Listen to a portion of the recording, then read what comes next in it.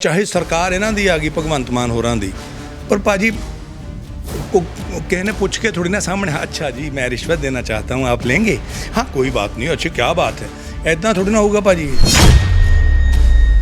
मैंने बहुत कहते ये तो काम सीगा तू ही अड़िया होया पैसे दे काम करा ला, कहना यार ऐ थोड़ी ना होंदा। मैं कहा नहीं यार ये भी जिद है, हो गया बिना पैसे तो काम। पर की काम होया, परचा दर्ज होना इंसाफ मिलना नहीं होंदा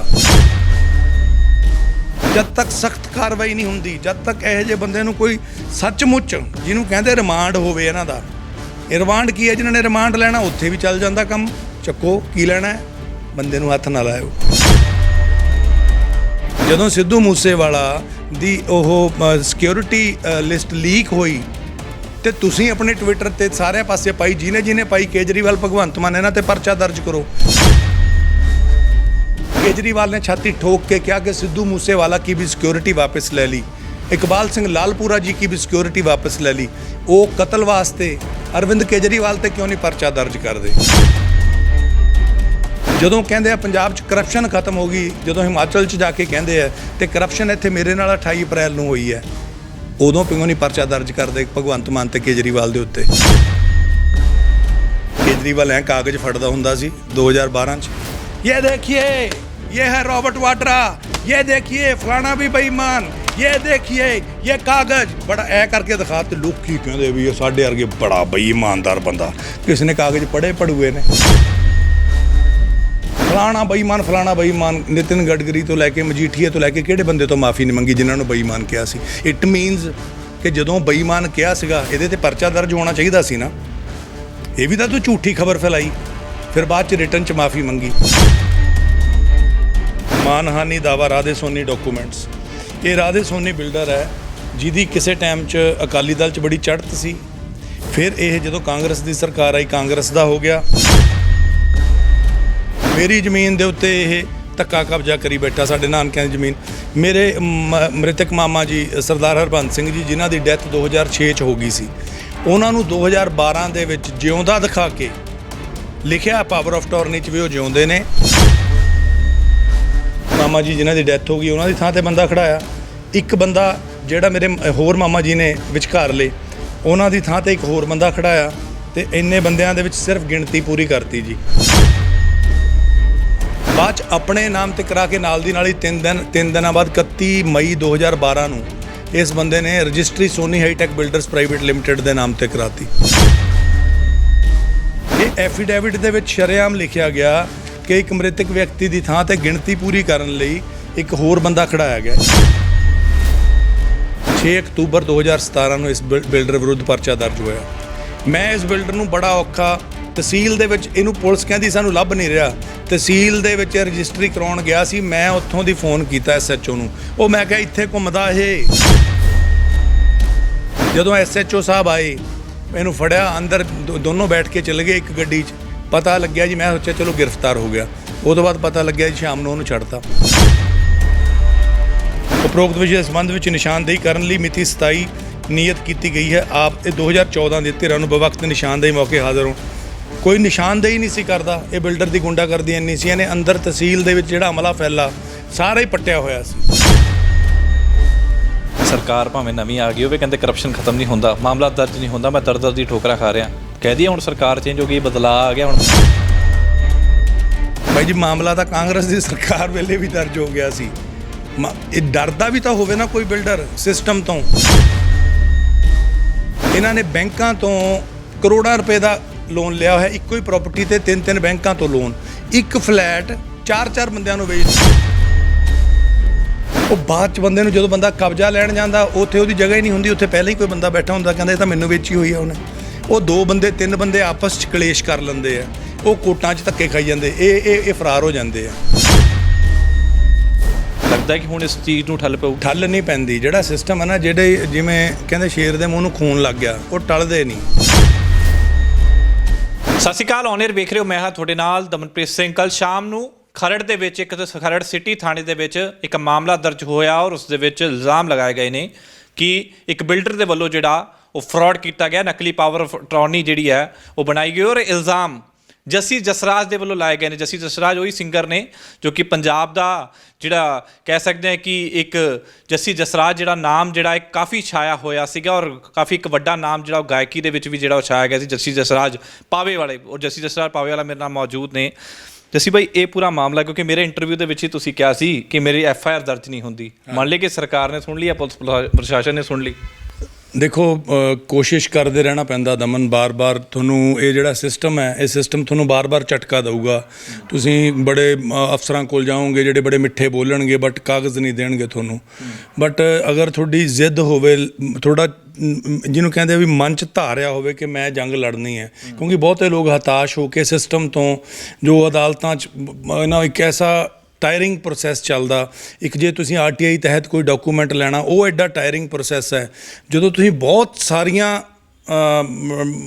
ਐਪਲੀਕੇਸ਼ਨਸ ਦੇ ਕੇ ਫਿਰ ਕਿਤੇ ਨੇੜੇ ਪਹੁੰਚਣ ਲੱਗਦੇ ਹੋ, ਫਿਰ ਇੱਕ ਅੱਧਾ ਕੋਈ ਬੇਈਮਾਨ ਪੁਲਿਸ ਵਾਲਾ ਨਿਕਲਿਆ ਆਉਂਦਾ, ਉਹ ਤੁਹਾਡੀ ਇੰਨੀ ਕੀਤੀ ਹੋਈ ਮਿਹਨਤ ਨੂੰ ਉਹ 1 ਮਿੰਟ 'ਚ ਕਹਿ ਦਿੰਦਾ ਜੀ ਇਹ ਫਲਾਣਾ ਜੀ, ਇਹ ਫਾਈਲ ਸੀਨ ਐਂਡ ਫਾਈਲ ਵੀ ਇਹਦੇ 'ਚ ਕੁਛ ਨਹੀਂ ਨਿਕਲਿਆ।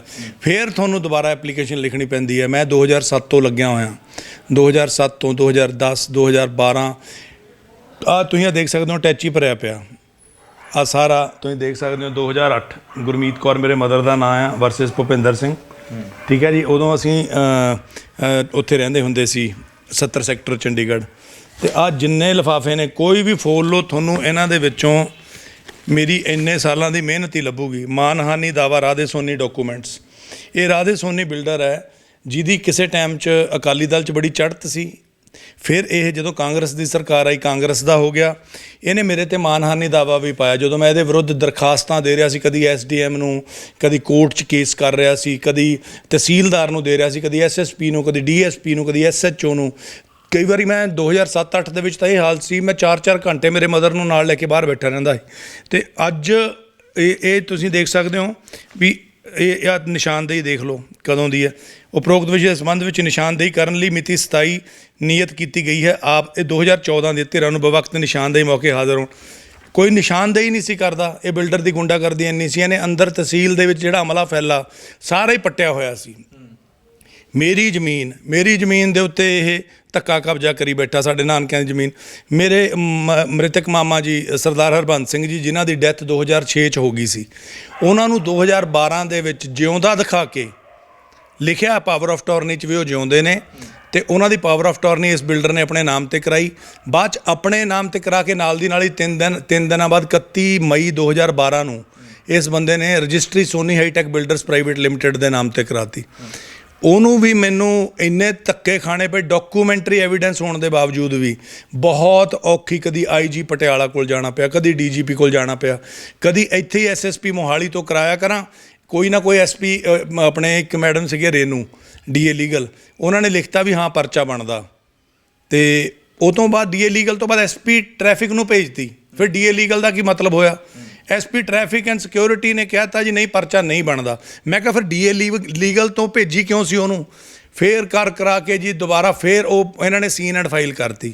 ਇੱਕ ਵਾਰੀ ਤੁਸੀਂ ਟੁੱਟਦੇ ਹੋ, ਹਿੰਮਤ ਹਾਰ ਜਾਂਦੇ ਹੋ, ਫਿਰ ਕੀ ਕਰਦਾ ਬੰਦਾ? ਦੁਬਾਰਾ ਦਰਖਾਸਤ ਲਿਖਦਾ। ਫਿਰ ਮੈਂ ਕਿਹਾ ਮੈਂ DGP ਕੋਲ ਚੱਲਿਆ, DGP ਸਾਹਿਬ ਨੂੰ ਦਿੱਤੀ, ਉੱਥੋਂ ਘੁੰਮ ਕੇ IG ਸਾਹਿਬ ਕੋਲ ਆਈ, ਫਿਰ SSP ਸਾਹਿਬ ਕੋਲ ਆਈ, ਫਿਰ ਧੱਕੇ ਧੁੱਕੇ ਖਾ ਕੇ 2017 'ਚ 6 ਅਕਤੂਬਰ 2017 ਨੂੰ ਇਸ ਬਿਲਡਰ ਵਿਰੁੱਧ ਪਰਚਾ ਦਰਜ ਹੋਇਆ। ਮੈਂ ਇਸ ਬਿਲਡਰ ਨੂੰ ਬੜਾ ਔਖਾ, ਤਹਿਸੀਲ ਦੇ ਵਿੱਚ ਇਹਨੂੰ ਪੁਲਿਸ ਕਹਿੰਦੀ ਸਾਨੂੰ ਲੱਭ ਨਹੀਂ ਰਿਹਾ, ਤਹਿਸੀਲ ਦੇ ਵਿੱਚ ਰਜਿਸਟਰੀ ਕਰਾਉਣ ਗਿਆ ਸੀ। ਮੈਂ ਉੱਥੋਂ ਦੀ ਫੋਨ ਕੀਤਾ SHO ਨੂੰ, ਉਹ ਮੈਂ ਕਿਹਾ ਇੱਥੇ ਘੁੰਮਦਾ ਇਹ। ਮੈਂ ਕਿਹਾ ਜੀ ਸ਼ਰੇਆਮ ਤਾਂ ਫੋਰਜਰੀ ਹੋਈ ਹੈ, ਇੱਕ ਮਰੇ ਹੋਏ ਬੰਦੇ ਨੂੰ ਜਿਉਂਦਾ ਦਿਖਾ ਕੇ ਕਰਾਈ। ਮੈਂ ਕਿਹਾ ਤੁਸੀਂ ਕਿਵੇਂ ਛੱਡਤੀ? ਨਹੀਂ ਹਾਲੇ ਫੋਰਜਰੀ ਪ੍ਰੂਵ ਨਹੀਂ ਹੋਈ, ਹਾਲੇ 406 420 ਦਾ ਮੁਕੱਦਮਾ ਆ। ਮੈਂ ਕਿਹਾ ਹੋਰ ਫੋਰਜਰੀ ਕਿਵੇਂ ਹੁੰਦੀ ਹੈ? ਬਾਈ ਜੀ ਧੱਕੇ ਖਵਾ ਇਹਨਾਂ ਨੇ ਕਮਲਾ ਕਰਤਾ। ਫਿਰ ਮਿਹਨਤ ਰੰਗ ਲਿਆਈ ਹੈ, ਕਿਉਂਕਿ ਹੁਣ ਗ੍ਰਿਫਤਾਰੀ ਵੀ ਹੋਈ ਹੈ ਔਰ ਇਸ ਮਾਮਲੇ ਦੇ ਵਿੱਚ ਤੁਹਾਡੀ ਕੱਲ੍ਹ FIR ਵੀ ਦਰਜ ਹੋ ਗਈ। ਉਹ ਅਲੱਗ ਸੀ ਭਾਜੀ, ਉਹ ਜਿਹੜੀ ਉਹ ਵਾਲੀ FIR ਸੀ 6 ਅਕਤੂਬਰ 2017 ਨੂੰ। ਉਦੋਂ ਕਾਂਗਰਸ ਦਾ ਰਾਜ ਸੀ, ਇਹ ਕਾਂਗਰਸ 'ਚ ਹੋ ਗਿਆ ਬਿਲਡਰ। ਜਦੋਂ ਕਾਂਗਰਸ ਦੀ ਸਰਕਾਰ ਰਹੀ, ਕਾਂਗਰਸ ਚੱਲ ਗਿਆ। ਫਿਰ ਬੜਾ ਔਖਾ ਜਾ ਕੇ ਉਹਨਾਂ ਨੂੰ ਪਤਾ ਲੱਗਿਆ ਵੀ ਜੱਸੀ ਖਹਿੜਾ ਨਹੀਂ ਛੱਡਦਾ ਪਿਆ, ਇਹਨਾਂ ਕੋਲ ਕੋਈ ਚਾਰਾ ਨਹੀਂ ਸੀ ਰਿਹਾ। 6-7 ਮਹੀਨੇ ਲੱਗ ਗਏ ਮੈਨੂੰ ਧੱਕੇ ਖਾਂਦਿਆਂ ਨੂੰ, ਉਦੋਂ ਵੀ ਇੱਕ ਐਪਲੀਕੇਸ਼ਨ 'ਤੇ। ਫਿਰ ਜਾ ਕੇ ਪਰਚਾ ਦਰਜ ਹੋਇਆ। ਆ ਤੁਸੀਂ ਦੇਖ ਸਕਦੇ ਹੋ 2013 to the SDM Kharar SAS Nagar. ਕੌਣ ਹੈ ਜੀ? Jasraj Singh. Application I gave an application to the deputy commissioner. ਅੰਨੇ ਹੋ ਗਏ ਅਸੀਂ ਐਪਲੀਕੇਸ਼ਨਾਂ ਲਿਖ ਕੇ ਇਹਦੇ ਵਿਰੁੱਧ ਸਬੂਤ ਦੇ ਕੇ। ਆਹ ਦੇਖੋ ਤਹਿਸੀਲਦਾਰ ਸਾਹਿਬ 2014, ਤੁਸੀਂ ਜਿਹੜਾ ਮਰਜ਼ੀ ਕਾਗਜ਼ ਚੱਕ ਲਓ ਜੀ, ਤੁਹਾਨੂੰ ਉਹਦੇ ਵਿੱਚ ਇਹਨਾਂ ਮਾਫੀਆ ਦੇ ਖਿਲਾਫ ਹੀ ਲੜਦਾ ਮਿਲੂੰਗਾ ਮੈਂ। ਆਹ ਜਿੰਨੇ ਲਿਫਾਫੇ ਨੇ ਕੋਈ ਚੱਕ ਲਓ ਤੁਸੀਂ, ਇਹ ਮੇਰਾ ਇਹ ਸੰਘਰਸ਼ ਖੂਨ ਪਸੀਨੇ ਦੀ ਕਮਾਈ ਹੈ ਜੀ। ਹੁਣ ਇਸ ਦਿਨ ਆਪਾਂ ਪਿੱਛੇ ਇੰਟਰਵਿਊ ਕੀਤੀ ਹੈ ਜੀ 5-7 ਦਿਨ ਪਹਿਲਾਂ, ਉਹ ਤੋਂ ਬਾਅਦ ਪਤਾ ਨਹੀਂ ਪਰਮਾਤਮਾ ਦੀ ਵੀ ਮਿਹਰ ਨਾਲ ਹੋਈ ਹੈ। ਇੱਕ FIR ਇਹਦੇ ਵਿਰੁੱਧ ਹੁਣ ਕੱਲ੍ਹ ਹੋਈ ਹੈ। ਇੱਕ FIR ਤਹਿਸੀਲਦਾਰ ਮੁਰਿੰਡਾ ਨੇ ਕਰਵਾਈ ਇਹਦੇ ਖਿਲਾਫ, ਉਹ ਕਰਾਈ ਸੀ 11 ਮਈ 2022 ਨੂੰ, ਕਿਉਂਕਿ 28 ਅਪ੍ਰੈਲ 2022 ਨੂੰ ਇਸ ਬਿਲਡਰ ਨੇ ਦੁਬਾਰਾ ਫੇਰ ਇੱਕ ਜਾਲੀ ਬੰਦਾ ਖੜਾਇਆ ਅਸਲੀ ਓਨਰ ਦੀ ਥਾਂ ਤੇ, ਜਾਲੀ ਸਾਈਨ, ਜਾਲੀ ਵਿਟਨੈਸ, ਜਾਲੀ ਆਧਾਰ ਕਾਰਡ ਕੱਟ ਪੇਸਟ ਕਰਕੇ ਨਹੀਂ ਲੱਗ ਜਾਂਦਾ, ਜਿਵੇਂ ਨਾਮ ਚੇਪਤਾ ਅਸਲੀ ਓਨਰ ਦਾ, ਆਧਾਰ ਕਾਰਡ ਦਾ ਨੰਬਰ ਕੋਈ ਹੋਰ ਹੈ, ਕੱਟ ਪੇਸਟ ਕਰਕੇ। ਉਹ ਬੰਦਾ ਹਰਿਆਣੇ ਦਾ ਰਹਿਣ ਵਾਲਾ, ਹਰਿਆਣੇ 'ਚ ਜਿਹੜਾ ਆਧਾਰ ਕਾਰਡ ਬਣਦਾ ਉੱਥੇ ਹਿੰਦੀ ਲਿਖੀ ਜਾਂਦੀ ਹੈ, ਜਿਹੜਾ ਪੰਜਾਬੀ 'ਚ ਲਿਖਿਆ ਹੁੰਦਾ ਉੱਥੇ ਲਿਖਿਆ ਜਾਂਦਾ ਮੇਰਾ ਆਧਾਰ, ਇੱਦਾਂ ਕੁਛ ਪੰਜਾਬੀ 'ਚ ਹੁੰਦਾ। ਉਹਦੇ ਆਧਾਰ ਕਾਰਡ 'ਚੋਂ ਹਿੰਦੀ ਗਾਇਬ ਕਰਕੇ ਉੱਥੇ ਇਹਦਾ ਨਾਮ ਲਿਖਿਆ ਗਿਆ, ਉਹਦਾ ਐਡਰੈਸ ਉੱਥੇ ਵਾਲਾ ਲਿਖਿਆ ਗਿਆ, ਉਹਦੀ ਥਾਂ 'ਤੇ ਇੱਕ ਬੰਦਾ ਸੁਰਿੰਦਰ ਗੇਰਾ ਝੂਠਾ ਖੜਾਇਆ ਗਿਆ, ਝੂਠੇ ਉਹਦੇ ਸਾਈਨ ਕੀਤੇ ਗਏ। ਫਿਰ ਜਾ ਕੇ ਉੱਥੇ ਪਰਚਾ ਦਰਜ ਹੋਇਆ, ਮਰਿੰਡੇ ਬਣੀ, ਮਰਿੰਡਾ ਰੋਪੜ ਅੰਡਰ ਆਉਂਦਾ। ਫਿਰ ਇੱਥੇ ਆ ਕੇ ਖਰੜ 'ਚ ਇੱਕ ਪਰਚਾ ਦਰਜ ਕੱਲ੍ਹ SSP ਸਾਹਿਬ ਹੋਰਾਂ ਨੇ ਆਪਣੇ DA ਲੀਗਲ ਤੋਂ ਕਰਵਾ ਕੇ, ਇੱਕ DSP ਸਾਹਿਬ, SHO ਸਾਹਿਬ, ਸਭ ਨੇ ਕਿਹਾ ਵੀ ਪਰਚਾ ਬਣਦਾ ਆ।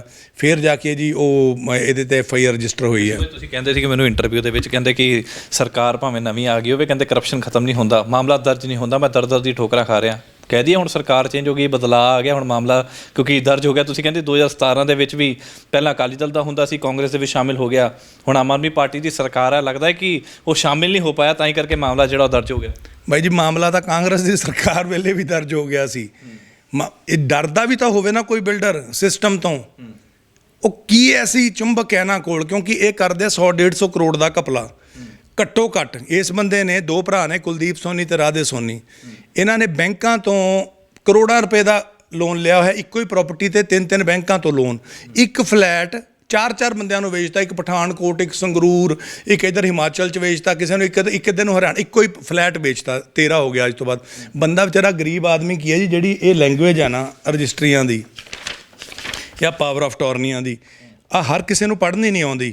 ਇਹ ਕਿ ਪਹਿਲੀ ਧਿਰ ਨੇ ਆਪਣੀ ਮਲਕੀਤੀ ਵਾ ਕਬਜ਼ੇ ਵਾਲੀ ਹਿੱਸੇ ਦੀ ਜਾਇਦਾਦ, ਪਲਾਟ ਨੰਬਰ ਦਿਸ, ਇਹ ਜਿਹੜੇ ਆਹ ਨੰਬਰ ਲਿਖੇ ਹੋਏ ਆ, ਖਸਰਾ ਖੇਵਟ ਕਤੌਨੀ 1936/2025, ਲੋਕੀ ਇਹ ਪੜ੍ਹਦੇ ਨਹੀਂ ਹੈਗੇ। ਇਹ ਬਿਲਡਰ ਕੀ ਕਰਦਾ ਸੀ ਕਿ ਨੰਬਰ ਪਾ ਦੇਣੇ ਮੁੰਡੀ ਖਰੜ ਦੇ ਤੇ ਪਲਾਟ ਦੇ ਦੇਣਾ ਖਰੜ 'ਚ। ਬੰਦਾ ਸੋਚਦਾ, ਬੰਦਾ ਨੰਬਰ ਨਹੀਂ ਪੜ੍ਹਦਾ, ਬੰਦਾ ਕਹਿੰਦਾ ਖਰੜ ਲਿਖਿਆ ਬਸ ਠੀਕ ਹੈ। ਪ੍ਰਾਪਰਟੀ ਦੇ ਦਰਵਾਜ਼ੇ ਖੋਲ੍ਹਣੇ, ਬੰਦੇ ਨੇ ਅੰਦਰ ਵੜਨਾ, ਦੇਖਣਾ ਵੀ ਆਹ ਅੱਜ ਤੋਂ ਬਾਅਦ ਇਹ ਮੇਰਾ, ਤੈਨੂੰ ਵੀ 6 ਮਹੀਨੇ ਬਾਅਦ ਪੋਜੈਸ਼ਨ।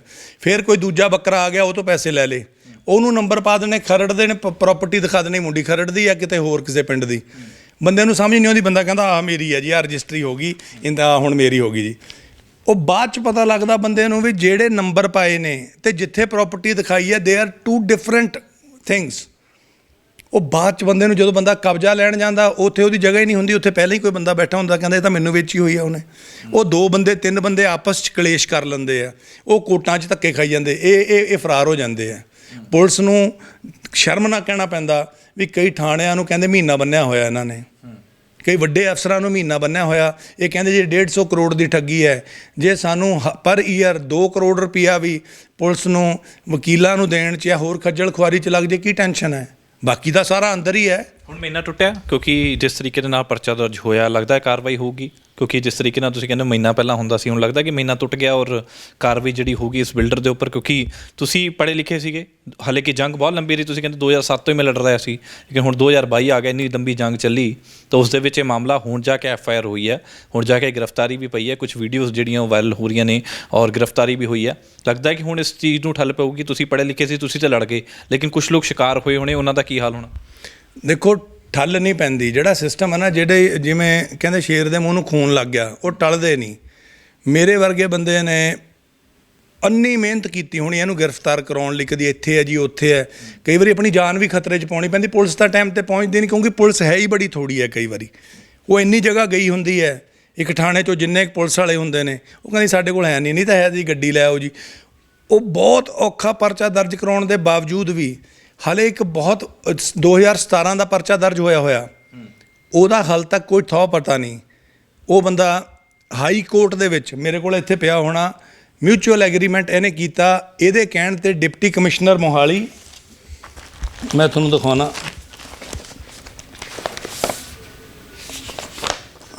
ਡਿਪਟੀ ਕਮਿਸ਼ਨਰ ਮੋਹਾਲੀ ਤੇ ਐਸਐਸਪੀ ਮੋਹਾਲੀ ਵੱਲੋਂ ਸਰਦਾਰ ਹਰਬੀਰ ਸਿੰਘ ਅਟਵਾਲ ਸੀ, ਉਹ ਜਾ ਕੇ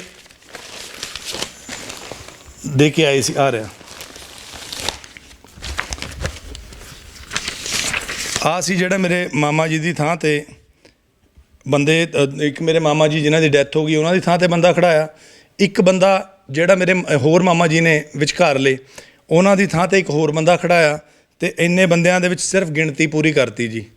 ਤੇ ਆਪਣੇ ਫਿਰ ਜਾ ਕੇ ਹਾਈ ਕੋਰਟ 'ਚ ਜਾ ਕੇ ਇਹਦੇ ਬਾਬਤ ਤੁਸੀਂ ਦੇਖੋ, ਹਰਬੀਰ ਸਿੰਘ ਅਟਵਾਲ ਜੀ ਬਹੁਤ ਓਨੈਸਟ ਅਫਸਰ ਨੇ, ਇਹਨਾਂ ਨੇ ਵੀ ਐਫੀਡੈਵਿਟ ਦਿੱਤਾ ਹਾਈ ਕੋਰਟ ਦੇ ਵਿੱਚ। ਆਹ ਦੇਖੋ, in the honourable high court for the states of Punjab and Haryana Chandigarh Radhe Soni versus state of Punjab. ਇਹ ਐਫੀਡੈਵਿਟ ਦੇ ਵਿੱਚ ਸ਼ਰੇਆਮ ਲਿਖਿਆ ਗਿਆ ਕਿ ਇੱਕ ਮ੍ਰਿਤਕ ਵਿਅਕਤੀ ਦੀ ਥਾਂ ਤੇ ਗਿਣਤੀ ਪੂਰੀ ਕਰਨ ਲਈ ਇੱਕ ਹੋਰ ਬੰਦਾ ਖੜਾਇਆ ਗਿਆ। ਇੱਕ ਆਹ ਦੇਖੋ, ਗੁਰਪ੍ਰੀਤ ਕੌਰ ਸਪਰਾ ਜੀ ਸੀ ਡਿਪਟੀ ਕਮਿਸ਼ਨਰ, ਇਹਨਾਂ ਨੇ ਵੀ ਐਫੀਡੈਵਿਟ ਦਿੱਤਾ। ਮਾਨਯੋਗ ਹਾਈ ਕੋਰਟ ਨੇ ਐਫੀਡੈਵਿਟ ਮੰਗਿਆ ਪੁਲਿਸ ਤੋਂ ਵੀ ਤੇ ਡਿਪਟੀ ਕਮਿਸ਼ਨਰ ਤੋਂ। ਉਹ ਐਫੀਡੈਵਿਟ ਦੇਣ ਦੇ ਬਾਵਜੂਦ ਇਹ ਬੰਦਾ, ਪਤਾ ਲੱਗ ਗਿਆ ਵੀ ਦੋ ਵੱਡੇ ਅਫਸਰ ਜਿਹੜੇ ਆ ਉਹ ਦੇ ਗਏ ਵੀ ਇਹਨੇ ਸੱਚਮੁੱਚ ਮਰੇ ਬੰਦੇ ਦੀ ਥਾਂ ਤੇ ਕੋਈ ਹੋਰ ਖੜਾਇਆ ਤੇ ਪਾਵਰ ਆਫ ਟਰਨੀ ਕਰਾਈ। ਉਹਦੇ ਬਾਵਜੂਦ ਵੀ ਇਹਨੇ ਜਾ ਕੇ ਕੀ ਕੀਤਾ, ਟੂਲ ਖੇਡਿਆ, ਕਹਿੰਦਾ ਜੀ ਮੈਂ ਕੰਪਰੋਮਾਈਜ਼ ਕਰਨ ਨੂੰ ਤਿਆਰ ਹਾਂ। ਮੀਡੀਏਸ਼ਨ ਸੈੱਲ 'ਚ ਮਾਮਲਾ ਗਿਆ, ਮੀਡੀਏਸ਼ਨ ਸੈੱਲ 'ਚ ਐਗਰੀਮੈਂਟ ਕੀਤਾ ਰਿਟਨ ਵੀ ਮੈਂ ਇੰਨੇ ਪੈਸੇ ਇਹਨੂੰ ਜੱਸੀ ਨੂੰ ਦੇਣੇ ਆ ਤੇ ਇੰਨੇ ਮੈਂ ਇਹਦੇ ਬਦਲੇ 6 ਫਲੈਟ ਦਊਂਗਾ। ਭਾਜੀ 6 ਫਲੈਟ ਉੱਥੇ ਮੇਰੇ ਕੋਲ ਇੱਥੇ ਹੁਣ ਮੈਂ ਤੁਹਾਨੂੰ ਕੱਢ ਕੇ ਦਿਖਾਊਂਗਾ, ਐਗਰੀਮੈਂਟ 'ਚ ਲਿਖਿਆ ਹੋਇਆ ਵੀ ਜੇ ਇੱਕ ਵੀ ਸ਼ਰਤ ਤੇ ਤੋੜੇ ਜਾਂ ਇਹਦਾ ਇੱਕ ਵੀ ਚੈੱਕ ਬਾਊਂਸ ਕਰੇ ਤਾਂ ਇਹ 50 ਲੱਖ ਰੁਪਇਆ ਜੁਰਮਾਨਾ ਤੇ 10% ਜਿੱਦਣ ਵੀ ਇਹਦਾ ਚੈੱਕ ਬਾਊਂਸ ਹੋਇਆ ਜਾਂ ਇੱਕ ਵੀ ਕੰਡੀਸ਼ਨ ਉਸ ਐਗਰੀਮੈਂਟ ਦੀ ਇਹਨੇ ਫਲਾਊਟ ਕੀਤੀ, ਤੋੜੀ, ਉਸ ਦਿਨ ਤੋਂ 10% ਲੱਗਣਾ ਸ਼ੁਰੂ ਹੋ ਜਾਊਗਾ ਪਰ ਈਅਰ ਵਿਆਜ ਇਹਨੂੰ। ਭਾਜੀ ਕੋਈ ਪਰਵਾਹ ਹੀ ਨਹੀਂ, ਕੋਈ ਵਿਆਜ ਨਹੀਂ, ਕੁਛ ਨਹੀਂ। ਇਹਦੇ ਭਰਾ ਨੇ, ਸਗੇ ਭਰਾ ਨੇ, ਕੁਲਦੀਪ ਸੋਨੀ ਨੇ ਗਰੰਟੀ ਲਿੱਤੀ ਇਹਦੀ। ਉਹ ਗਰੰਟੀ ਲੈਣ ਦੇ ਬਾਵਜੂਦ ਹਾਈ ਕੋਰਟ 'ਚ ਪਰਵਾਹ ਹੀ ਨਹੀਂ ਜੀ, ਉਹ ਆਪਣੇ ਇਹ ਫਰਾਰ ਹੋ ਗਏ। ਕੁਲਦੀਪ ਸੋਨੀ ਹੁਣ ਫਰਾਰ ਹੈ, ਉਹਨੂੰ ਕਈ ਮੁਕੱਦਮਿਆਂ 'ਚ ਉਹਦੀ ਲੋੜ ਹੈ ਪੁਲਿਸ ਨੂੰ, ਬਟ ਫਰਾਰ ਹੈ। ਇਹ ਰਾਧੇ ਸੋਨੀ ਇਹ ਬੜਾ ਔਖਾ ਫੜਾਇਆ ਹੁਣ। ਇਹ ਸਾਰਾ ਕੁਛ ਜਿਹੜਾ ਹੈਗਾ ਨਾ ਜੀ, ਐਡੀ ਗਿਣੀ ਮਿੱਥੀ ਸਾਜ਼ਿਸ਼ ਤਹਿਤ ਕਰਦੇ ਆ। ਇਹਨਾਂ ਨੂੰ ਲੱਗਦਾ ਵੀ ਜੱਸੀ ਹੈ ਕਦੀ ਕੈਨੇਡਾ ਚੱਲ ਜੂਗਾ, ਕਦੀ ਸ਼ੋਅ 'ਤੇ ਚੱਲ ਜੂ, ਕਦੀ ਪੋਲੀਟਿਕਸ 'ਚ ਬਿਜ਼ੀ ਹੋ ਜੂਗਾ, ਕਿੰਨਾ ਕੁ ਟਾਈਮ ਇੱਥੇ ਡਿਵੋਟ ਕਰੂਗਾ। ਇਹ ਉਸ ਚੀਜ਼ ਦਾ ਫਾਇਦਾ ਚੱਕਦੇ, ਤਾਂ ਅਸੀਂ ਜਿੱਦ ਨਾਲ ਲੱਗੇ ਹੋਏ ਹਾਂ।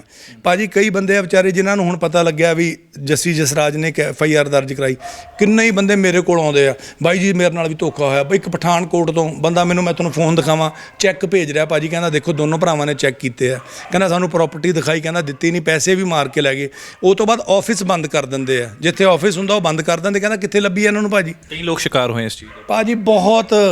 ਆ ਖਰੜ ਦੇ ਵਿੱਚ ਤੁਸੀਂ ਕਿਸੇ ਵੀ ਜਾ ਕੇ ਤਹਿਸੀਲ ਦੇ ਵਿੱਚ ਮਿਊਨਿਸਪਲ ਕਮੇਟੀ ਥਾਣੇ 'ਚ ਪੁੱਛ ਲਓ, ਰਾਧੇ ਸੋਨੀ ਵਿਰੁੱਧ, ਕੁਲਦੀਪ ਸੋਨੀ ਵਿਰੁੱਧ ਕਿੰਨੀਆਂ ਸ਼ਿਕਾਇਤਾਂ ਨੇ ਭਾਜੀ, ਅਣਗਿਣਤ ਸ਼ਿਕਾਇਤਾਂ, ਜਿਨ੍ਹਾਂ 'ਚੋਂ ਜਿਹੜੇ ਸਿਰੜੀ ਨੇ ਉਹ ਤਾਂ ਵਿਚਾਰੇ ਕਿਤੇ ਨੇੜੇ ਤੇੜੇ ਜਾ ਕੇ ਪਰਚਾ ਪੁਰਚਾ ਕਰਾ ਲੈਂਦੇ ਆ। ਕਈ ਤਾਂ ਵਿਚਾਰਿਆਂ ਨੂੰ ਪਤਾ ਹੀ ਨਹੀਂ, ਕਈ ਵਿਚਾਰੇ ਕਮਲੇ ਹੋ ਗਏ। ਕਈ ਜਿਵੇਂ ਦੇਖੋ ਭਾਜੀ, ਇੱਕ ਬੰਦਾ ਬੜੀ ਮਿਹਨਤ ਨਾਲ ਸਾਰੀ ਉਮਰ ਦੀ ਕਮਾਈ ਕਰਕੇ ਇੱਕ ਮਕਾਨ ਬਣਾਉਂਦਾ, ਜਦੋਂ ਬਜ਼ੁਰਗ ਜਿਹਾ ਹੋ ਜਾਂਦਾ 60 ਸਾਲ ਦਾ 58 ਸਾਲ ਦਾ ਬੰਦਾ, ਕਹਿੰਦਾ ਘਰ ਲੈਣਾ ਹੁਣ। ਉਹ ਜਿਹੜੇ ਪੈਸੇ ਉਹਨੂੰ ਸਰਕਾਰੀ ਨੌਕਰੀ 'ਚੋਂ ਕਿਤੋਂ ਮਿਲਦੇ ਆ, ਉਹਦਾ ਇੱਕ ਘਰ ਲੈਂਦਾ। ਘਰ ਜਦੋਂ ਲੈਂਦਾ ਇਹੋ ਜਿਹਾ ਬਿਲਡਰ ਠੱਗੀ ਮਾਰ ਲੈਂਦਾ। ਉਹ ਬੰਦੇ ਮੈਂਟਲੀ ਇਲ ਹੋ ਗਏ ਭਾਜੀ। ਅੱਛਾ, ਦੇਖਿਆ ਜਾਂਦਾ ਹੈ ਕਿ ਖਰੜ ਦੇ ਵਿੱਚ ਤੇ ਮੋਹਾਲੀ ਦੇ ਵਿੱਚ ਇਸ ਤਰੀਕੇ ਦੇ ਹੁੰਦੇ ਕਿ ਬਿਲਡਰ ਕਾਫੀ ਬੈਠੇ ਹੁੰਦੇ ਨੇ, ਲੇਕਿਨ ਇਸ ਚੀਜ਼ ਨੂੰ ਦੇਖਦੇ ਹੋ ਕਿ ਬਦਲਾਅ ਹੋਇਆ ਇੱਕ ਵੱਡਾ, ਕਿ ਜਿਸ ਤਰੀਕੇ ਨਾਲ ਤੁਸੀਂ ਵਿਖਾ ਰਹੇ ਸੀ ਕਿ ਸਾਰੇ ਡਾਕੂਮੈਂਟਰੀ, ਕਿ ਡਾਕੂਮੈਂਟ ਪਹਿਲਾਂ ਹੁੰਦੇ ਸੀ ਮੈਨੂਅਲ ਤਰੀਕੇ ਦੇ ਨਾਲ, ਲੇਕਿਨ ਹੁਣ ਰਜਿਸਟਰੀਆਂ ਵਗੈਰਾ ਸਭ ਸਰਕਾਰ ਦੇ ਵੱਲੋਂ ਆਨਲਾਈਨ ਕਰ ਦਿੱਤੀਆਂ ਗਈਆਂ ਨੇ। ਇਸ ਚੀਜ਼ ਦੇ ਨਾਲ ਲੱਗਦਾ ਕਿ ਇਹ ਫਰਾਡ ਰੁਕ ਸਕਦਾ ਹੈ, ਉਸ ਤਰੀਕੇ ਦੇ ਬਿਲਡਰ ਦੇ ਉੱਪਰ ਠੱਲ ਪੈ ਸਕਦੀ ਹੈ, ਇਸ ਤਰੀਕੇ ਦੇ ਬਿਲਡਰ ਜਿਹੜੇ ਨੇ ਇਸ ਫਰਾਡ ਤੋਂ ਲੇਕਿਨ ਲੋਕ ਜਿਹੜੇ ਨੇ ਬਚ ਸਕਦੇ ਨੇ। ਭਾਜੀ ਤਾਂ ਆ spare the road and spoil the child. ਅਗਰ ਇਹਨਾਂ ਬਿਲਡਰਸ 'ਚੋਂ ਇੱਕ ਅੱਧੇ ਦੇ ਉੱਤੇ ਬਹੁਤ ਖਤਰਨਾਕ ਕਾਰਵਾਈ ਹੋਊਗੀ ਤਾਂ ਬਾਕੀ ਬਿਲਡਰ ਡਰਨਗੇ, ਨਹੀਂ ਤਾਂ ਜਦੋਂ ਉਹਨਾਂ ਕੋਲ ਪੈਸਾ ਹੁੰਦਾ ਜਿਹਦੇ ਕੋਲ ਭਾਜੀ ਉਹਦਾ ਸਿਸਟਮ ਹੁੰਦਾ। ਆ ਚਾਹੇ ਸਰਕਾਰ ਇਹਨਾਂ ਦੀ ਆ ਗਈ ਭਗਵੰਤ ਮਾਨ ਹੋਰਾਂ ਦੀ, ਪਰ ਭਾਜੀ ਕਿਸੇ ने पूछ के थोड़ी ना सामने, अच्छा जी मैं रिश्वत देना चाहता हूँ आप लेंगे, हाँ कोई बात नहीं, अच्छी क्या बात है, ਇੱਦਾਂ ਥੋੜੀ ਨਾ ਹੋਊਗਾ ਭਾਜੀ। ਉਹ ਤਾਂ ਜਿਹੜੀ ਆਦਤ ਹੈ ਉਹ ਤਾਂ ਇਹਨਾਂ ਦੇ ਲੀਡਰਾਂ ਦੀਆਂ ਅੱਖਾਂ ਥੱਲੇ ਵੀ ਹੋਈ ਜਾ ਰਿਹਾ। ਇਹਨਾਂ ਦੇ ਅਫਸਰ ਉਹੀ ਨੇ, ਉਹ ਵੀ ਕਿਤੇ ਨਾ ਕਿਤੇ ਜਿਹੜੀ ਬਦਲੀਆਂ ਬੁਦਲੀਆਂ ਕਰਾਉਣ 'ਚ ਲੋਕ ਕਹਿੰਦੇ ਆ ਇੱਥੇ ਵੀ ਪੈਸਾ ਚੱਲਦਾ ਪਿਆ। ਉਹ ਕਿਹਨੂੰ ਕਿਹਨੂੰ ਕਹੋਗੇ ਤੁਸੀਂ? ਜਿਹੜਾ ਲੜ ਲੂਗਾ ਜੀ ਉਹਦਾ ਸ਼ਾਇਦ ਕਿਤੇ ਸੁਣਵਾਈ ਹੋ ਜੇ, ਬਟ ਮੈਂ ਤੁਹਾਨੂੰ ਦੱਸ ਰਿਹਾ 2007 ਤੋਂ ਅੱਜ 2022 ਹੈ, ਆਪ ਲਾ ਲਓ ਕਿ ਇੰਨੇ ਸਾਲ ਲਗਾਤਾਰ ਥੋੜ੍ਹੀ ਬਹੁਤੀ ਅਕਲ ਵੀ ਲਾਈ, ਜ਼ਿੱਦ ਵੀ ਲਾਈ, ਇੱਕ ਪੰਜੀ ਕਦੀ ਰਿਸ਼ਵਤ ਨਹੀਂ ਦਿੱਤੀ ਕਿਸੇ ਨੂੰ। ਬਸ ਮੈਨੂੰ ਬਹੁਤ ਕਹਿੰਦੇ ਇਹ ਤਾਂ ਕੰਮ ਸੀਗਾ, ਤੂੰ ਹੀ ਅੜਿਆ ਹੋਇਆ, ਪੈਸੇ ਦੇ ਕੰਮ ਕਰਾ ਲਾ। ਕਹਿੰਦਾ ਯਾਰ ਐਂ ਥੋੜ੍ਹੀ ਨਾ ਹੁੰਦਾ। ਮੈਂ ਕਿਹਾ ਨਹੀਂ ਯਾਰ, ਇਹ ਵੀ ਜਿੱਦ ਹੈ। ਹੁਣ ਹੋ ਗਿਆ ਬਿਨਾਂ ਪੈਸੇ ਤੋਂ ਕੰਮ? ਪਰ ਕੀ ਕੰਮ ਹੋਇਆ? ਪਰਚਾ ਦਰਜ ਹੋਣਾ, ਇਨਸਾਫ ਮਿਲਣਾ ਨਹੀਂ ਹੁੰਦਾ।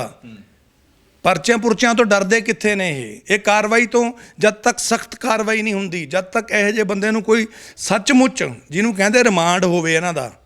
ਇਹ ਰਿਮਾਂਡ ਕੀ ਹੈ? ਜਿਹਨਾਂ ਨੇ ਰਿਮਾਂਡ ਲੈਣਾ ਉੱਥੇ ਵੀ ਚੱਲ ਜਾਂਦਾ ਕੰਮ। ਚੱਕੋ, ਕੀ ਲੈਣਾ ਹੈ? ਬੰਦੇ ਨੂੰ ਹੱਥ ਨਾ ਲਾਇਓ।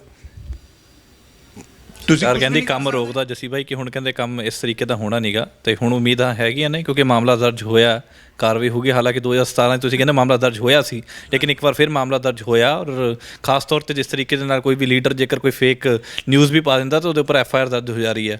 ਤੇ ਲੱਗਦਾ ਹੈ ਕਿ ਉਸ ਤਰੀਕੇ ਦੀ ਕਾਰਵਾਈ ਹੋਊਗੀ, ਹੁਣ ਉਸ ਤਰੀਕੇ ਦੇ ਨਾਲ ਇਨਸਾਫ ਮਿਲੂਗਾ। ਭਾਜੀ ਜਿੰਨੀ ਫੇਕ ਨਿਊਜ਼ ਇਹ ਫੈਲਾਉਂਦੇ ਨੇ, ਆਪਣਿਆਂ ਵਿਰੁੱਧ ਕਾਰਵਾਈ ਕਿਉਂ ਨਹੀਂ ਕਰਦੇ? ਫੇਕ ਨਿਊਜ਼ ਇਹਨਾਂ ਤੋਂ, ਜਿਨ੍ਹਾਂ ਦੀ ਤੁਸੀਂ ਗੱਲ ਕਰਦੇ ਹੋ, ਇਹਨਾਂ ਤੋਂ ਜ਼ਿਆਦਾ ਤਾਂ ਸੋਸ਼ਲ ਮੀਡੀਆ ਦਾ ਮਾਸਟਰ ਕੋਈ ਨਹੀਂ ਹੈ। ਆ ਸਾਰੇ ਕਾਂਗਰਸ, ਅਕਾਲੀ ਦਲ ਜਾਂ ਹੋਰ ਤਾਂ ਬਾਅਦ 'ਚ ਲੱਗੇ ਨੇ। They are masters of fake news. ਕੀ ਆਪਣਿਆਂ 'ਤੇ ਕਾਰਵਾਈ ਕਰਨਗੇ? ਜਿੰਨੇ ਕਿੰਨੇ ਨਾਟਕ ਆ, ਜਿੰਨੇ ਇਹਨਾਂ ਨੇ ਆਪਣੀ ਟਰੋਲ ਆਰਮੀ ਅਤੇ ਹੋਰ ਜਿਹੜੇ ਲੱਖ ਰੁਪਏ ਦੇ ਕੇ, ਤੁਹਾਨੂੰ ਸਾਰਿਆਂ ਨੂੰ ਪਤਾ ਵੀ ਉੱਥੋਂ ਦੀ ਰਾਘਵ ਚੱਡੇ ਦਾ ਅਸਿਸਟੈਂਟ ਸੀ, ਕੀ ਸੀ, ਉਹਨਾਂ ਦੀ ਲਿਸਟ ਜਾਰੀ ਹੋਈ ਸੀ, ਜਿਨ੍ਹਾਂ ਨੂੰ ਸਵਾ ਲੱਖ, ਡੇਢ ਲੱਖ ਰੁਪਈਆ ਇਹ ਲੋਕ ਤਨਖਾਹ ਦੇ ਰਹੇ ਨੇ ਸੋਸ਼ਲ ਮੀਡੀਆ ਮੈਨੇਜ ਕਰਨ ਲਈ। ਕੀ ਉੱਥੋਂ ਦੀ ਇਹਨਾਂ ਦੀ ਫੈਕਟਰੀ 'ਚੋਂ ਉਹ ਨਿਊਜ਼ ਨਹੀਂ ਨਿਕਲ ਰਹੀਆਂ? ਸਰਦਾਰ ਇਕਬਾਲ ਸਿੰਘ ਲਾਲਪੁਰਾ ਜੀ ਦਾ ਨਾਮ ਲਾਤਾ ਸੀ ਇਹਨਾਂ ਨੇ, ਇੱਕ ਝੂਠੀ ਰਿਪੋਰਟ ਬਣੀ ਸੀ ਵੋਟਾਂ ਤੋਂ ਬਾਅਦ, ਸੰਗਰੂਰ ਦੀਆਂ ਵੋਟਾਂ ਤੋਂ ਬਾਅਦ, ਯਾਦ ਹੋਊਗਾ ਆਪ ਜੀ ਨੂੰ। ਉਹਨਾਂ ਦਾ ਵੀ ਨਾਮ ਇੱਕ ਕਰਪਟ ਦੇ ਉਹਨਾਂ 'ਚ ਪਾ ਦਿੱਤਾ ਸੀਗਾ। ਬਾਅਦ 'ਚ ਮਾफ़ੀ ਮੰਗ ਲਈ। ਉਹ ਮਾफ़ੀ ਮੰਗਣ ਦੀ ਥਾਂ 'ਤੇ ਆਪਣੇ ਬੰਦੇ 'ਤੇ ਪਰਚਾ ਦਰਜ ਕਰੋ।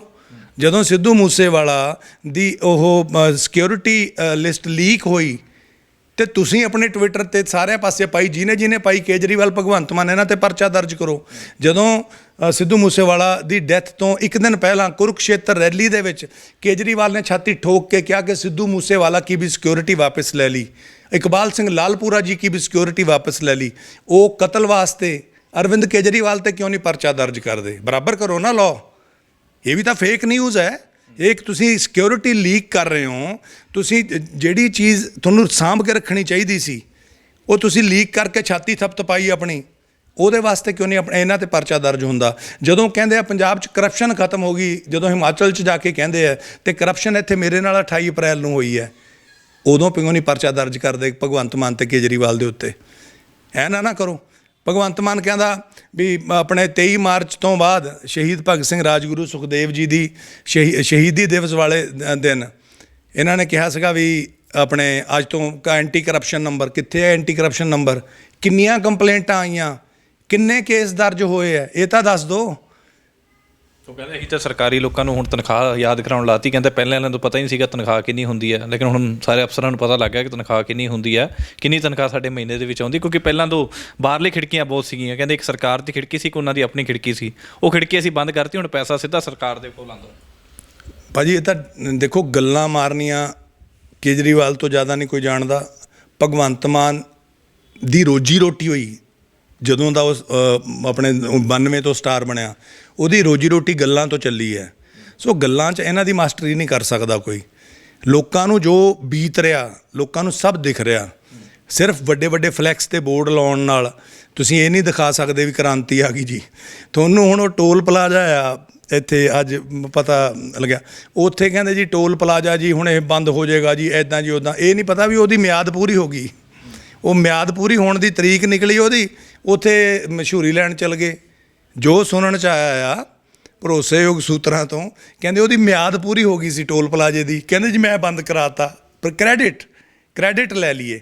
ਹੁਣ ਮੈਂ ਅੱਜ ਸੰਗਰੂਰ ਤੋਂ ਆਇਆ, ਸੰਗਰੂਰ ਤੋਂ ਵੀ ਅੱਗੇ ਗਿਆ ਸੀ, ਉੱਥੇ ਟੋਲ ਪਲਾਜ਼ੇ ਆ, ਉੱਥੇ ਉਹ ਬੰਦ ਕਰਾ ਦਿਓ। ਜਦੋਂ ਤੁਹਾਡੇ ਕੋਲ ਸਾਰਾ ਕੁਝ ਜਨਤਾ ਨੂੰ ਫਰੀ ਦੇਣਾ ਤੇ ਲੈਟ ਇਟ ਬੀ। ਕਾਹਨੂੰ ਟੋਲ ਪਲਾਜ਼ੇ? ਤੁਸੀਂ ਕੋਈ ਅਸੀਂ ਸਾਡੀ ਵਿੱਚ ਸਰਕਾਰ ਦੀ ਜ਼ਿੰਮੇਵਾਰੀ ਆ, ਅਸੀਂ ਜਦੋਂ ਗੱਡੀ ਵਿਕੀ ਹੈ ਅਸੀਂ ਰੋਡ ਟੈਕਸ ਲਿਆ ਤੁਹਾਡੇ ਤੋਂ, ਅਤੇ ਕੋਈ ਟੋਲ ਪਲਾਜ਼ਾ ਨਹੀਂ ਹੋਊਗਾ, ਫਿਰ ਤਾਂ ਸਵਾਦ ਹੈ। ਇੱਕ ਟੋਲ ਪਲਾਜ਼ੇ ਦੀ ਮਿਆਦ ਖਤਮ ਹੋ ਗਈ, ਉੱਥੇ ਜਾ ਕੇ ਪੱਟ 'ਤੇ ਥਾਪੀ ਮਾਰ ਕੇ ਕਹਿ ਦਿਓ ਜੀ ਮੈਂ ਬੰਦ ਕਰਾਤਾ। ਸੋ ਐ ਨਾ ਕਰੋ, ਇੱਥੇ ਜਾਂਦੇ ਜਾਂਦੇ ਤੁਸੀਂ ਅੰਮ੍ਰਿਤਸਰ ਸਾਹਿਬ ਵੱਲ ਨੂੰ ਚੱਲ ਜਾਓ ਤੇ ਉੱਥੇ ਕਿੰਨੇ ਟੋਲ ਪਲਾਜ਼ੇ ਨੇ, ਬੰਦ ਕਰਾਓ। ਹੁਣ ਜਿਹੜਾ ਕੋਈ ਦਰਬਾਰ ਸਾਹਿਬ ਮੱਥਾ ਟੇਕਣ ਜਾ ਰਿਹਾ ਉਹ ਤਾਂ ਸ਼ਰਧਾ ਦੀ ਭਾਵਨਾ ਲੈ ਕੇ ਜਾ ਰਿਹਾ, ਉਹਨੂੰ ਬੰਦ ਕਰ ਦਿਓ ਕਿ ਜੀ ਸ਼ਰਧਾ ਅਰਪਿਤ ਕਰਨ ਜਾ ਰਹੀ ਹੈ ਜਿਹੜੀ ਸੰਗਤ, ਉਹਨਾਂ ਦਾ ਟੋਲ ਪਲਾਜ਼ਾ ਬੰਦ ਹੋਵੇ। ਸੋ ਇਹ ਲੋਕ ਮੌਕਾ ਨਹੀਂ ਛੱਡਣਗੇ ਕੋਈ ਵੀ। ਅਖਬਾਰਾਂ ਦਾ ਐਡਵਰਟੋਰੀਅਲ ਦਾ ਤਾਂ ਅੱਜ ਵੀ ਤੁਸੀਂ ਕੋਈ ਵੀ ਅਖਬਾਰ ਮੇਨ ਫੋਲ ਲਓ, 3rd ਪੇਜ ਜਾਂ ਕੋਈ ਨਾ ਕੋਈ ਪੇਜ ਐਸਾ ਜਿੱਥੇ ਥੱਲੇ ਐਡਵਰਟੋਰੀਅਲ ਲਿਖਿਆ। ਸੋ ਸਿਰਫ ਕਾਗਜ਼ਾਂ 'ਚ ਅਖਬਾਰੀ ਇਸ਼ਤਿਹਾਰੀ ਸਰਕਾਰ ਹੈ ਇਹ। ਹਾਲੇ ਅਸਲੀ ਜਿਹੜੀ ਚੇਂਜ ਹੈ ਉਹ ਲੋਕਾਂ ਨੇ ਕਿੱਥੇ ਦੇਖੀ ਹੈ? ਭਾਜੀ ਜੇ ਸਭ ਕੁਝ ਫ੍ਰੀ ਦੇ ਦੇਣਾ ਲੋਕਾਂ ਨੂੰ ਤੇ ਕਰਜ਼ਾ ਹੀ ਲੈਣਾ, ਹੋਰ ਸਰਕਾਰ ਚੱਲੇਗੀ ਕਿੱਥੇ? ਲੋਕਾਂ ਦਾ ਟੈਕਸ ਆਉਂਦਾ ਤਾਂ ਫੋਰਨ ਕੰਟਰੀਜ਼ ਦੇ ਵਿੱਚ ਸਰਕਾਰਾਂ ਚੱਲਦੀਆਂ। ਫ੍ਰੀ ਤੋਂ ਯਾਦ ਆਇਆ, ਤੁਹਾਡਾ ਬਿਜਲੀ ਬਿੱਲ ਆਇਆ ਜ਼ੀਰੋ? ਕਿਉਂਕਿ ਕਹਿੰਦੇ ਹੁਣ 20 ਲੱਖ ਲੋਕਾਂ ਦੇ ਜਿਹੜੇ ਬਿਜਲੀ ਬਿੱਲ ਜ਼ੀਰੋ ਆਏ ਨੇ, ਤੁਹਾਡਾ ਆਇਆ? ਮੈਨੂੰ ਭਾਜੀ ਮੈਂ ਹਲੇ ਚੈੱਕ ਨਹੀਂ ਕੀਤਾ ਆਪਣਾ, ਕਿਉਂਕਿ ਮੈਂ ਖੱਜਲ ਖੁਆਰੀ 'ਚ ਹੀ ਪਿਆ ਹੋਇਆ। ਤੁਸੀਂ ਦੇਖ ਸਕਦੇ ਹੋ ਉਹਦੇ ਚੱਕਰ 'ਚ ਪਿਆ ਹੋਇਆ, ਪਰ I will surely check it. ਲੋਕੀ ਇਹ ਪਤਾ ਕੀ ਹੈ ਜੀ, ਜਨਤਾ ਨੂੰ ਇਹ ਨਹੀਂ ਪਤਾ ਵੀ ਪੰਜਾਬ ਦੇ ਮੋਢਿਆਂ 'ਤੇ ਪੈਰ ਧਰ ਕੇ ਆ ਜਿਹੜੇ ਬਿਜਲੀ ਬਿੱਲ ਹੈ ਇਹ ਸਾਰੀ ਪੰਡ ਬੰਨ੍ਹ ਕੇ, ਜਿਵੇਂ ਅਟੈਚੀ ਹੈ ਨਾ, ਇਹੋ ਜਿਹੀਆਂ 10 ਅਟੈਚੀਆਂ ਲੈ ਕੇ ਜਾਊਗਾ ਕੇਜਰੀਵਾਲ। ਇਹਨਾਂ ਦੇ 300 ਬੰਦਾ ਖੜਾ ਹੋਊਗਾ ਸਟੇਜ 'ਤੇ, ਸਾਹਮਣੇ ਜਾ ਕੇ ਐ ਪਰਚੀਆਂ ਲੈ ਕੇ ਖੜ ਜਾਣਗੇ ਵੀ ਫੋਟੋ ਖਿੱਚੋ, जीरो बिल पंजाब में, देखिए जी हमने कर दिया है, पंजाब में भी जीरो बिल आ रहा है। ਉਹ ਬਾਈ ਜੇ ਲੋਕੀ ਬਿੱਲ, ਲੋਕਾਂ ਨੂੰ ਇਹ ਨਹੀਂ ਪਤਾ ਵੀ ਤੁਹਾਡਾ ਮੋਢਾ ਵਰਤਿਆ ਜਾ ਰਿਹਾ, ਕਿਉਂਕਿ ਅਗਲੇ ਹਿਮਾਚਲ, ਹਰਿਆਣਾ, ਗੁਜਰਾਤ ਉਹਨਾਂ ਸਟੇਟਾਂ ਵਾਲਿਆਂ ਨੂੰ ਵੀ ਫੋਨ ਆਇਆ। ਜਦੋਂ ਉਹਨਾਂ ਸਟੇਟਾਂ 'ਚ ਜਿੱਤ ਗਏ ਤੁਹਾਨੂੰ ਕਿਹਨੇ ਪੁੱਛਣਾ ਹੈ? ਤੁਹਾਡੇ ਫੇਰ ਦੇਖਾਂਗੇ जीरो बिल ਕਿਹੜੇ ਆਉਂਦੇ अगले। ये पूरे कैलकुलेशन लाਉਂਦਾ केजरीवाल भी, अगर यार इस तरीके को इलेक्शन है, नवंबर में है हिमाचल और गुजरात में, ऐसा करते हैं ना 3 महीने रह गए, 3 महीने में कितना का बिल जीरो हो जाएगा, कितने का घाटा पड़ जाएगा। बढ़िया, हम ऐसा करते हैं तब तक आने दो जीरो, लोगों को आदत डाल दो लॉलीपॉप की, वो दिखा के हम अगली स्टेट को लोगों को मूर्ख बना लेंगे। उसके बाद में पंजाबियों को कहें अब थोड़ा थोड़ा देना शुरू करो जी, देखियो अब हमारा सरकार में आप ही की बदौलत सरकार चल रही है, पूरी कोशिश की है। फिर अगले कहते हैं अगला लॉलीपॉप दे देंगे, फिर अगली स्टेट वाल चल जाएंगे। सो ये पंजाबियों ने देखना कि अपना मोढा वरतन देना तुसीं इन्हां लोकां नूं, तुसीं यूज़ तां नहीं हो रहे। क्योंकि कोई भी घर है, अगर भाजी फॉरन कंट्रीज़ ਦੇ ਵਿੱਚ ਜਾਂ ਮੈਟਰੋ ਸਿਟੀਜ਼ 'ਚ ਹਸਬੈਂਡ ਵਾਈਫ ਦੋਨੋਂ ਕਮਾਉਂਦੇ ਆ, ਫਿਰ ਜਾ ਕੇ ਭਾਜੀ ਬੱਚਿਆਂ ਦਾ ਦੁੱਧ, ਉਹਨਾਂ ਨੂੰ ਵੀਡੀਓ ਗੇਮਾਂ, ਜਿਹੜੇ ਕੋਈ ਟੀਵੀ ਲੱਗਿਆ, ਟੀਵੀ 'ਚ ਜਿਹੜੀ ਆ ਇੰਟਰਨੈਟ ਦੀ ਫੀਸ ਜਾਂਦੀ ਹੈ, ਦੁੱਧ, ਗਰੋਸਰੀ, ਆ ਸਾਰੀਆਂ ਚੀਜ਼ਾਂ ਦੇ ਪੈਸੇ ਤਾਂ ਜਾ ਕੇ ਹੁੰਦੇ ਆ। ਇਕੱਲੇ ਹਸਬੈਂਡ ਦੀ ਤਨਖਾਹ ਨਾਲ ਅੱਜ ਕੱਲ੍ਹ ਘਰ ਨਹੀਂ ਚੱਲਦਾ, ਸਾਰੇ ਟੱਬਰ ਨੂੰ ਕਮਾਉਣਾ ਪੈ ਰਿਹਾ। ਉਹ ਪਹਿਲਾਂ ਜ਼ਮਾਨਾ ਅਲੱਗ ਸੀ ਹੈ ਨਾ, ਪਹਿਲਾਂ ਪਿੰਡਾਂ 'ਚ ਰਹਿੰਦੇ ਸੀ, ਰੋਟੀ ਸਬਜ਼ੀ ਦੁੱਧ ਆ ਜਾਂਦਾ ਸੀ, ਪਰ ਹੁਣ ਤਾਂ ਸਭ ਕੁਝ ਹੀ ਮੁੱਲ ਦਾ। ਤਾਂ ਇਹ ਸੋਚ ਕੇ ਦੇਖੋ ਵੀ ਪੰਜਾਬੀਓ, ਵੀ ਸਰਕਾਰ ਚੱਲੂਗੀ ਕਿੱਦਾਂ? ਬਿਨਾਂ ਟੈਕਸ ਤੋਂ ਕੋਈ ਦੇਸ਼ ਦੀ ਸਰਕਾਰ ਨਹੀਂ ਚੱਲਦੀ, ਫ੍ਰੀ 'ਚ ਕੁਛ ਵੀ ਨਹੀਂ ਮਿਲਦਾ। ਕਹਿੰਦੇ ਨੇ ਖਜ਼ਾਨਾ ਮੰਤਰੀ ਕਹਿੰਦੇ ਕਿ GST 'ਚ ਹੁਣ ਵਾਧਾ ਹੋਇਆ, 5 ਮਹੀਨਿਆਂ ਦੇ ਵਿੱਚ 23% ਦਾ ਵਾਧਾ GST ਦੇ ਵਿੱਚ ਦੱਸਿਆ ਗਿਆ। ਹੁਣ ਜਦੋਂ ਕੱਲ੍ਹ ਟਵੀਟ ਕਰਕੇ ਜਿਹੜਾ ਦੱਸਿਆ ਗਿਆ ਸੀਗਾ ਖਜ਼ਾਨਾ ਮੰਤਰੀ ਦੇ ਵੱਲੋਂ, ਮੰਨਦੇ ਹੋ ਕਿ ਹੁਣ GST ਲੋਕ ਪੇਡ ਕਰਨ ਲੱਗ ਗਏ ਨੇ? ਕਿਉਂਕਿ ਕਹਿੰਦੇ ਪਹਿਲਾਂ ਮੋਰੀਆਂ ਬਹੁਤ ਸੀਗੀਆਂ ਲੇਕਿਨ ਮੋਰੀਆਂ ਬੰਦ ਹੋ ਗਈਆਂ। ਇਹ ਵਕਤ ਦੱਸੇਗਾ ਜੀ, ਇਹਨਾਂ ਦੇ ਕਹਿਣ ਨਾਲ ਕੀ ਹੈ, ਲੋਕੀ ਭੁੱਲ ਜਾਂਦੇ ਆ। ਮੈਂ ਕਿਉਂਕਿ ਇਹਨਾਂ ਦੇ ਵਿੱਚ ਰਿਹਾ, ਕੇਜਰੀਵਾਲ ਐਂ ਕਾਗਜ਼ ਫੜਦਾ ਹੁੰਦਾ ਸੀ 2012 'ਚ, ये देखिए ये है रॉबर्ट वाड्रा, ये देखिए फलाना भी बेईमान, ये देखिए ये कागज, बड़ा ऐ करके दिखा। तो लोग की कहते भी साढ़े वर्गे बड़ा बेईमानदार बंदा, किसने कागज पढ़े पढ़ुए ने भी, वो किहड़े कागज ने, फलाना बेईमान। नितिन गडकरी तो लैके मजीठीए तो लैके किहड़े बंदे तो माफ़ी नहीं मंगी जिन्होंने बेईमान किया सी। इट मीनस कि जदों बेईमान किया सीगा इहदे ते परचा दर्ज होना चाहिए सी ना, ये भी तो झूठी खबर फैलाई, फिर बाद च रिटर्न च माफ़ी मंगी। सो ऐ ना करो, पिक एंड चूज़ ना करो। ਜਿਹੜੇ ਉਹ ਕਾਗਜ਼ ਚੱਕ ਬੋਲਦੇ ਹੁੰਦੇ ਸੀ, ਉਹ ਕਾਗਜ਼ ਕਿੱਥੇ ਨੇ? ਦਿਖਾਓ ਤਾਂ ਸੀ ਵੀ ਕਿੱਥੇ ਬੇਈਮਾਨੀ ਦਾ ਕਿਹੜਾ ਸਬੂਤ, ਕਿਹੜਾ ਲੀਡਰ ਛੱਡਿਆ ਸੀ ਇਹਨਾਂ ਨੇ? ਮਮਤਾ ਬੈਨਰਜੀ ਬੇਈਮਾਨ, ਆ ਫਲਾਣਾ ਬੇਈਮਾਨ, ਸਾਰਿਆਂ ਨੂੰ ਬੇਈਮਾਨ ਕਿਹਾ ਸੀ ਇਹਨਾਂ ਨੇ। ਯਾਦ ਹੋਊਗਾ ਤੁਹਾਨੂੰ 2012-13 ਦੇ ਵਿੱਚ ਐ ਕਾਗਜ਼ ਐ ਮਾਰ ਕੇ ਕਹਿੰਦੇ ਹੁੰਦੇ ਸੀ। ਸੋ ਅਸੀਂ ਇਹਨਾਂ ਨੂੰ ਦੇਖਿਆ ਹੋਇਆ ਆ।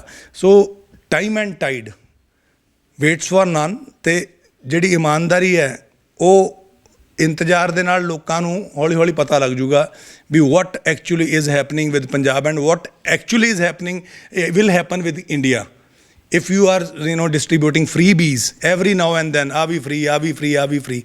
ਭਾਜੀ ਜੇ ਇੱਕ ਟੱਬਰ ਨਹੀਂ ਚੱਲਦਾ freebies ਨਾਲ ਤਾਂ ਦੇਸ਼ ਤੇ ਪੰਜਾਬ ਕਿਵੇਂ ਚੱਲੂਗਾ? ਸੋ ਮੈਂ ਤਾਂ ਲੋਕਾਂ ਨੂੰ ਕਹਿਣਾ, ਸਾਵਧਾਨ ਹੋ ਜਾਓ, ਆਪਣਾ ਹੀ ਸਿਰ ਤੇ ਆਪਣੀ ਜੁੱਤੀਆਂ ਵੱਜਣੀਆਂ ਨੇ। ਫ੍ਰੀ 'ਚ ਕੁਛ ਵੀ ਨਹੀਂ ਮਿਲਦਾ, ਤੁਹਾਨੂੰ ਕਿਤੋਂ ਨਾ ਕਿਤੋਂ ਇੱਧਰੋਂ ਕੰਨ ਨਾ ਫੜਿਆ ਤਾਂ ਇੱਧਰੋਂ ਫੜ ਲੈਣਾ, ਤੁਹਾਨੂੰ ਸਮਝ ਨਹੀਂ ਆਉਣੀ। ਜਿਹੜੇ ਗੇਮ ਖੇਡਦੇ ਆ ਉਹ ਜੇ ਸਮਝਦਾਰ ਹੋਣ ਲੱਗੇ ਹੋ ਤਾਂ ਇੰਨਾ ਕੁ ਚੇਤਾ ਰੱਖੋ ਕਿ ਜਿਹੜਾ ਬੰਦਾ ਹਰ ਗੱਲ 'ਤੇ, ਹੁਣ ਕਈ ਵੀਡੀਓਜ਼ ਇਹਦੇ ਅਰਵਿੰਦ ਕੇਜਰੀਵਾਲ ਦੇ ਘੁੰਮਦੇ ਪਏ ਆ, ਹਰ ਵਾਰੀ ਇਹਦੀ ਗਿਣਤੀ ਬਦਲ ਜਾਂਦੀ है।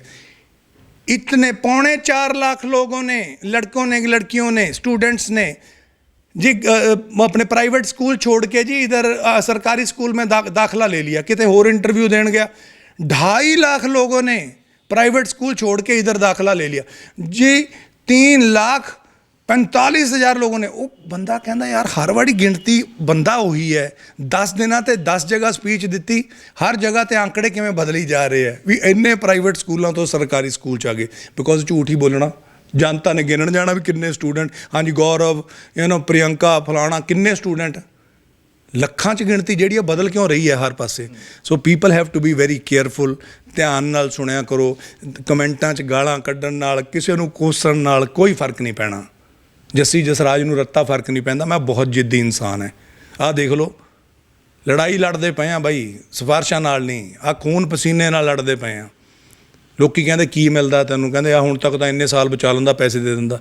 ਮੈਂ ਕਿਹਾ ਨਹੀਂ, ਤੁਹਾਡੇ ਅੰਦਰੋਂ ਸੱਚਾਈ ਮਰ ਜੂਗੀ ਭਾਜੀ, ਤੁਸੀਂ ਲੜ ਹੀ ਨਹੀਂ ਸਕਦੇ, ਕਿਸੇ ਵਿਰੁੱਧ ਨਹੀਂ ਲੜ ਸਕਦੇ। ਸੋ ਜੱਸੀ ਭਾਈ ਹੁਣ ਜਾਂਦੇ ਜਾਂਦੇ ਆਪਣੇ ਉਸ ਦੋਸਤ ਨੂੰ ਧੰਨਵਾਦ ਕਹੋਗੇ ਕਿ ਪ੍ਰਸ਼ਾਸਨ ਥੋੜ੍ਹਾ ਜਿਹਾ ਸੈੱਟ ਹੋਇਆ। ਤੁਸੀਂ ਕਹਿੰਦੇ ਸੀ ਪਹਿਲਾਂ ਮੰਤਰੀਆਂ ਨੂੰ, ਜਿਹੜੇ ਕਰਪਸ਼ਨ ਕਰਦੇ ਹੁੰਦੇ ਮੰਤਰੀਆਂ ਨੂੰ ਵੀ ਪਤਾ ਹੁੰਦਾ ਸੀ, ਲੇਕਿਨ ਕਹਿੰਦੇ ਹੁਣ ਨੱਕ ਥੱਲੇ ਕੰਮ ਕਰ ਰਹੇ ਨੇ ਹਾਲੇ ਵੀ ਅਫਸਰ। ਇਸ 'ਤੇ ਤੁਸੀਂ ਸਾਫ਼ ਹੁੰਦੇ ਹੋ ਕਿ ਕਿਤੇ ਨਾ ਕਿਤੇ ਉਹ ਮੰਤਰੀ ਜਾਂ ਵਿਧਾਇਕ ਕਰਪਸ਼ਨ ਨਹੀਂ ਕਰ ਰਹੇ। ਆਪਣੇ ਸਾਥੀ ਨੂੰ, ਪੁਰਾਣੇ ਸਾਥੀ ਨੂੰ ਮੈਂ ਕਹਿਦਾ ਕਿ ਪੁਰਾਣੇ ਸਾਥੀ ਨੂੰ ਧੰਨਵਾਦ ਕਰੋਗੇ ਇਸ ਚੀਜ਼ ਦਾ ਕਿ ਥੋੜ੍ਹਾ ਜਿਹਾ ਬਦਲਾਅ ਤਾਂ ਜ਼ਰੂਰ ਹੋਇਆ। ਦੇਖੋ, ਜੇ ਬਦਲਾਅ ਸਿਰਫ ਅਗਲੀਆਂ ਸਟੇਟਾਂ 'ਚ ਇਲੈਕਸ਼ਨ ਜਿੱਤਣ ਲਈ ਪੰਜਾਬ ਦਾ ਮੋਢਾ ਵਰਤਿਆ ਰਿਹਾ ਤਾਂ ਭਗਵੰਤ, ਇਹ ਨਹੀਂ। ਇੱਕ ਕਲਾਕਾਰ ਵੀ ਹੋ ਤੁਸੀਂ, ਇੱਕ ਉਮੀਦ ਵੀ ਹੈ ਲੋਕਾਂ ਨੂੰ, ਕਿਉਂਕਿ ਪੱਗ ਸ਼ਹੀਦ ਭਗਤ ਸਿੰਘ ਜੀ ਦੀ ਹੈ ਤੁਹਾਡੇ ਸਿਰ 'ਤੇ ਜਿਹੜੀ ਤੁਸੀਂ ਬੰਨ੍ਹਦੇ ਹੋ। ਬਹੁਤ ਵੱਡੀ ਜ਼ਿੰਮੇਵਾਰੀ ਹੈ। ਤੈਨੂੰ ਪਤਾ ਵੀ ਤੇਰੇ ਤੱਕ ਪਹੁੰਚਣਾ ਕੋਈ ਔਖਾ ਕੰਮ ਨਹੀਂ। ਮੈਂ ਵੀ ਆ ਸਕਦਾ, ਪਰ ਮੈਂ ਕਦੀ ਵੀ, ਤੈਨੂੰ ਪਤਾ ਜਦੋਂ ਆਮ ਆਦਮੀ ਪਾਰਟੀ 'ਚ ਵੀ ਸੀ, ਕਦੀ ਵੀ ਗਲਤ ਕੰਮ ਜਿਹੜਾ ਸੀ ਉਹਨੂੰ ਗਲਤ ਨੂੰ ਗਲਤ ਠੋਕ ਕੇ ਕਿਹਾ। ਅੱਜ ਵੀ ਚਾਹੇ ਇੱਧਰਲੇ ਪਾਲੇ 'ਚ ਖੜ੍ਹੇ ਹਾਂ, ਹੁਣ ਵੀ ਉਮੀਦ ਬਹੁਤ ਹੈ ਪੰਜਾਬ ਨੂੰ, ਕਿਉਂਕਿ 5 ਸਾਲ ਬਾਅਦ ਜਾਂ 4.5 ਸਾਲ ਬਾਅਦ ਸਰਕਾਰ ਤੁਹਾਡੀ ਨਹੀਂ ਹੋਣੀ, ਪਰ ਉਹ 4.5 ਸਾਲ ਲੋਕਾਂ ਦੇ ਵਾਪਸ ਨਹੀਂ ਮੁੜ ਕੇ ਆਉਣੇ। ਅੱਜ ਜਿਹੜੇ 60 ਸਾਲ ਦੇ ਉਹਨਾਂ ਨੇ 65 ਦੇ, 64 ਦੇ ਹੋ ਜਾਣਾ, ਜਿਹੜੇ 70 ਦੇ ਨੇ 75 ਦੇ ਹੋ ਜਾਣਾ, ਕਈਆਂ ਨੇ ਦੁਨੀਆ ਛੱਡ ਜਾਣੀ ਹੈ। ਉਹਨਾਂ 4.5 ਸਾਲ ਜਿਹੜੇ ਤੁਹਾਡੀ ਸਰਕਾਰ ਦੇ ਰਹਿੰਦੇ ਹੈ। ਸਰਦਾਰ ਭਗਵੰਤ ਸਿੰਘ ਮਾਨ ਜੀ, ਬਹੁਤ ਵੱਡੀ ਜ਼ਿੰਮੇਵਾਰੀ ਹੈ। ਇਮਾਨਦਾਰੀ ਨਾਲ ਫਰਜ਼ ਨਿਭਾ ਕੇ ਦੇਖੋ, ਆਪ ਡਿਸੀਜਨ ਲੈ ਕੇ। ਰਾਘਵ ਚੱਡਾ ਨਹੀਂ ਚਾਹੀਦਾ ਲੋਕਾਂ ਨੂੰ, ਕੇਜਰੀਵਾਲ ਨਹੀਂ ਚਾਹੀਦਾ।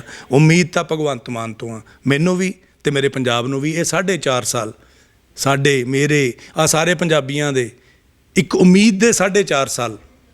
ਬਾਈ ਪੰਜਾਬ ਲਈ ਡਟ ਕੇ ਕੰਮ ਕਰ, ਪੰਜਾਬੀਆਂ ਲਈ ਡਟ ਕੇ ਕੰਮ ਕਰ। ਜੇ ਦਿੱਲੀ ਦੇ ਆਰਡਰ ਪੜ੍ਹੇਗਾ ਤਾਂ ਅਫਸੋਸ ਹੋਊਗਾ ਤੈਨੂੰ ਵੀ ਇੱਕ ਦਿਨ, ਯਾਰ ਮੈਂ ਕਰ ਸਕਦਾ ਸੀ ਪਰ ਮੈਂ ਕੀਤਾ ਨਹੀਂ।